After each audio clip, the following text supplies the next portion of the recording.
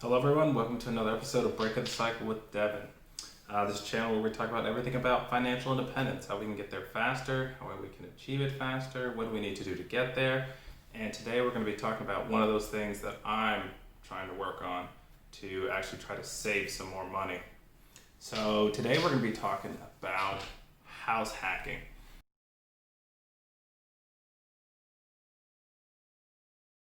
Wow, how I've been trying to house hack. Unsuccessfully so far, but I'm still working on it.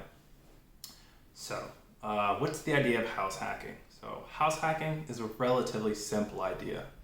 It's where you buy a a multi-complex home, or you buy like a duplex, a triplex, or a quadplex, and you live in one of them, and then you rent the other three out. So in doing this, living in one and then renting the rest out, you can have some of your mortgage payment, possibly all of it, covered by the rest of your tenants. So one way to actually save a ton of money is to do that. And that's actually something that I've been trying to do.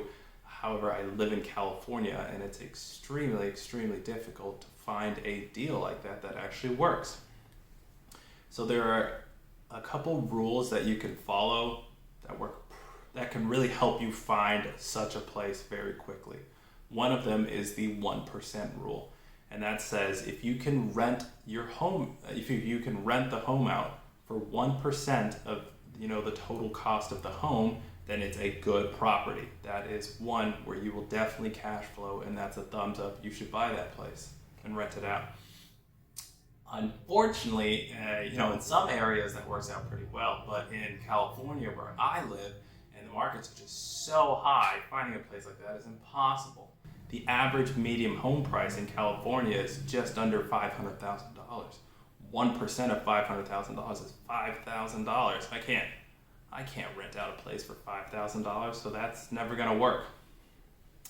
And it actually gets easier if you get a duplex or a triplex. I'm currently looking for a duplex.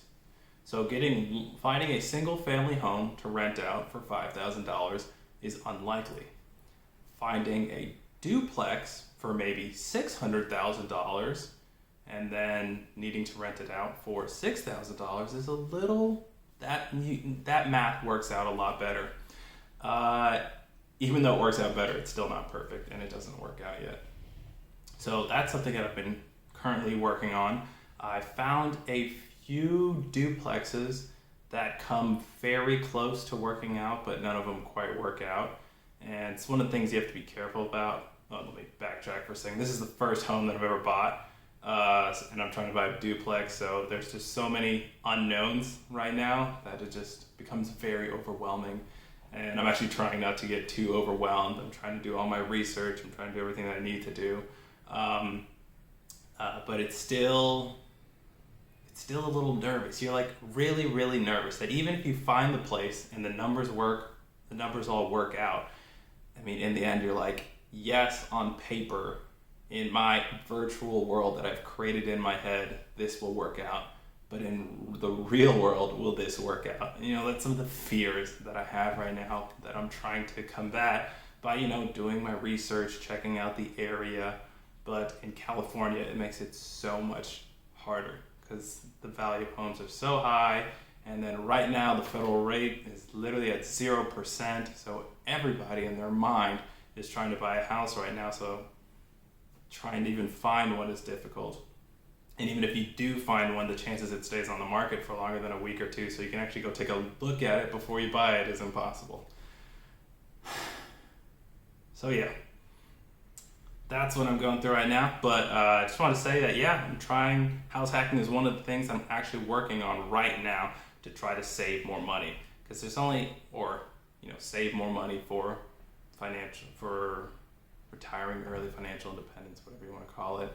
But because there's only two ways that you can reach financial independence faster, and that's you either save more money so that you can invest it, or you make more money so that you can invest it. I still have some room on the saving that I can do, but there isn't probably a ton left.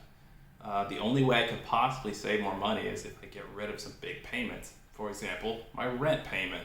If I could save, an extra close to $2,000 a month, that would be a big chunk to put towards financial independence. So, that's something I'm currently working on. And, maybe I might even go to the extreme to where I buy a duplex, I live in one, I rent the other one out, and then I rent out the second bedroom in my own place, just so that I can save as much as I can. I might do that, I might not, we'll see. But if it helps the numbers work out, I'll probably do that.